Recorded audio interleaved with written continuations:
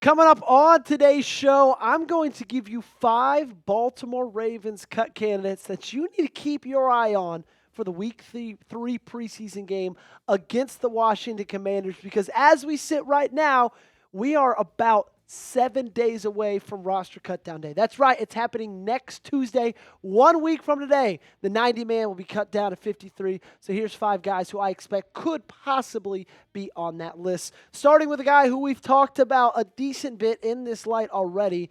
That is linebacker Jake Hummel, signed in free agency, spent last season with the Los Angeles Rams, and nothing against Hummel in this, okay? And I'm going to preface that already. Nothing against any of these guys when it comes to them being possible cut candidates. It's just how this roster stacks up. It's just how this depth chart stacks up. Like, you see him initially, and originally I think we all thought he was going to be right behind Roquan Smith. And it was going to be, if they got 4, Trenton Simpson, Roquan, Buchanan, and Hummel. But like, in my opinion, Jay Higgins is making a name for himself throughout this preseason. Every single game, it seems like Jay Higgins is the one that's all over the screen this preseason. And so my opinion, I don't care if you signed a guy at free agency. I don't care if you paid him a $50 million contract. Get the best guy on the roster. Now, that might be a little bit speaking hyperbolically when I say I don't care if you give him a $50 million contract, but you know what I mean by that. Just because you signed Jake Hummel in free agency, and just because Jay Higgins is an undrafted free agency, does not mean that Hummel deserves a roster spot over Higgins. Whoever's playing the best deserves to get that 53-man spot. And right now, based on everything we've seen from this preseason, everything that Jay Higgins has shown us over the past 3 weeks since training camp has started, makes me believe he's going to get that spot over Hummel, and Hummel will not end up making this roster. Show the love to this channel down below, okay? Because I was checking the analytics, as we often do this time of year, gearing up for football season. We haven't hit 400 likes on a Ravens video this month, okay? That needs to change, and it needs to change today. So help me out. Do me a favor. If you haven't done it yet, hit the thumbs up button, like today's video. It's 100% free to do so, and I would greatly, greatly appreciate it. Let's talk about another cut candidate. Let's go over to the offensive side of the ball. Let's talk about Dayton Wade, okay? I love Dayton Wade. I've loved him since last preseason. I believe I've said his name more on this show than almost any other show across this platform. And I also know that LeJohntay Wester didn't have his best game against the Cowboys. Ran a bad route, resulted in a pick. Dropped one that hit him right in the hands. Didn't look great. But everything he showed us week 1 and everything he showed us in training camp, he's got this roster spot on lock, okay? You look at the room right now as it stands, and Zay Flowers is your 1, Bateman's your 2, Hopkins is your 3. There's no changing that. And then I think, you got Tez Walker, Tylan Wallace, LeJohntay Wester. They're all going to be fighting for who's that wide receiver 4. And you might be wondering, Joey, why only take Dayton Wade or LeJohntay Wester? Well, first off, Wade hasn't played necessarily that great so far in this preseason. And also, second off, they're the exact same player.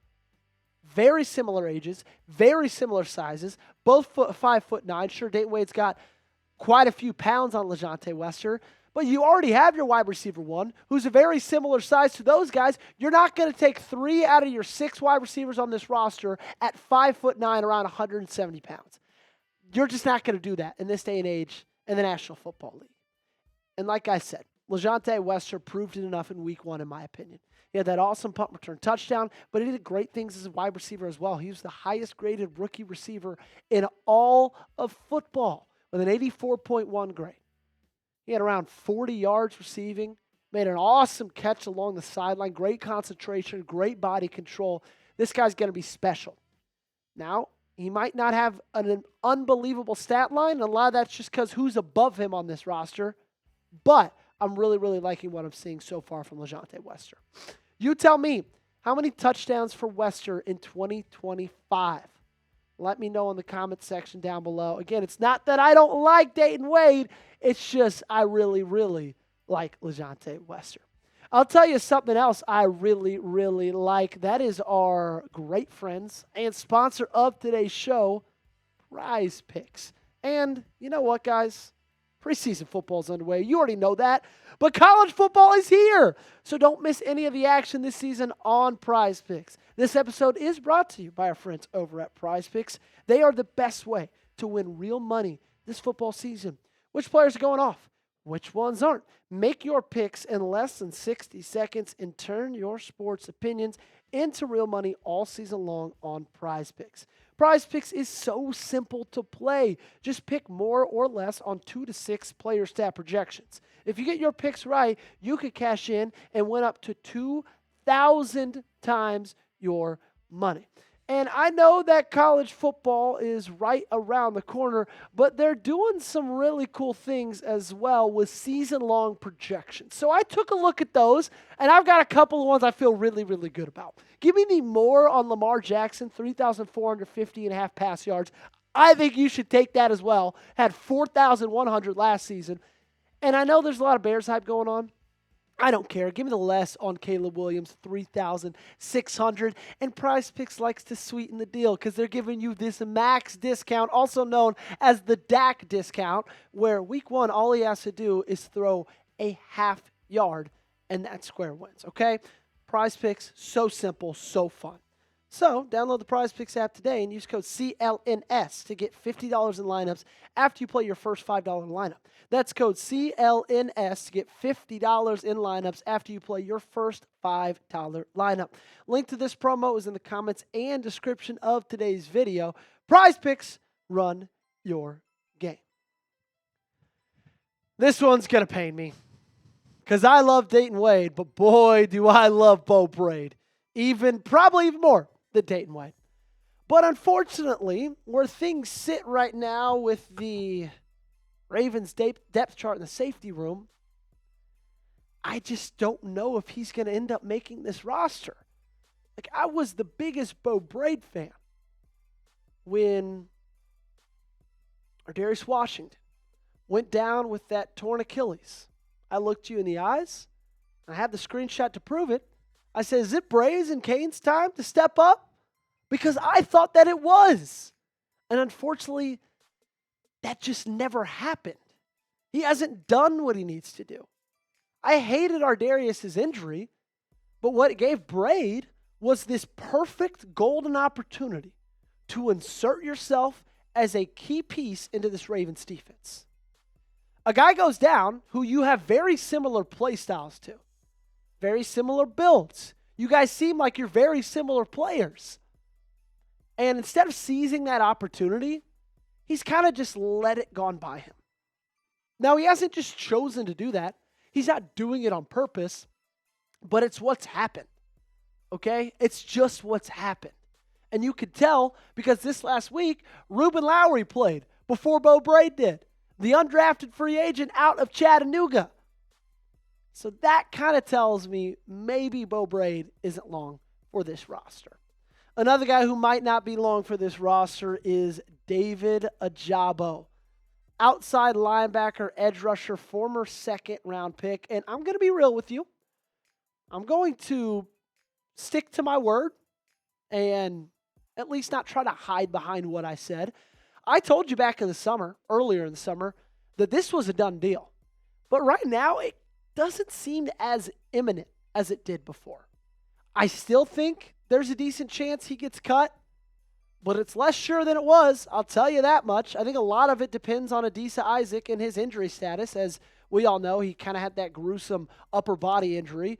But like you look at this room, Van Noy, Owe, Robinson, Mike Green, those guys aren't going anywhere. They are so impressed with Tavius Robinson. So I think the way you look at it now is how injured is Adisa Isaac?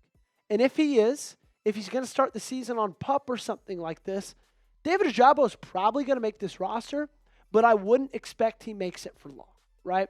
I would expect that when Tavius Robinson just jumps back in, then that's kind of when they'd switch places, and a guy like David Ojabo gets the boot. But I do have to give him a little bit of props, though. He's played a lot better in these preseason games than I thought he was going to. He's not just laying down.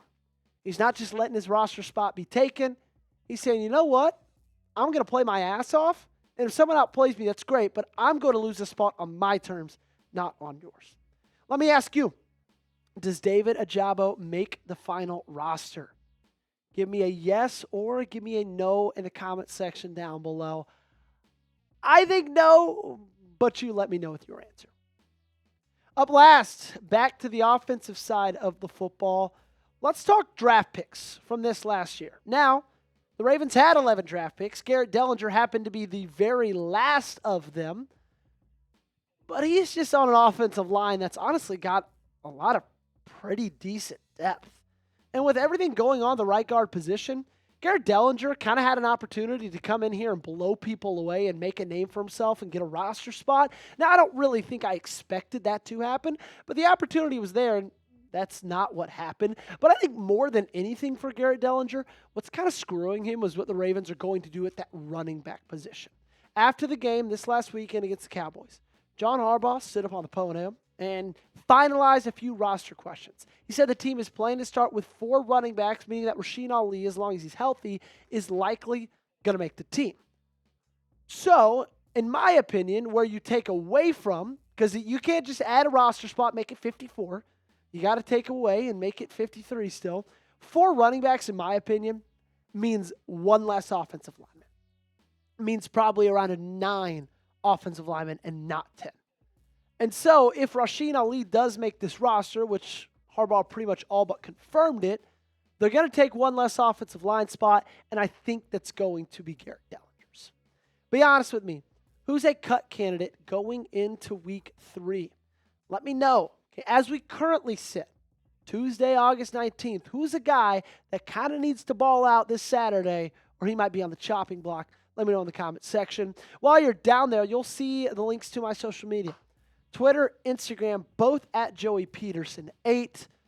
Make sure you give me a follow there. Also, make sure you subscribe to the channel. Daily coverage, your favorite team right here at the Ravens Rundown.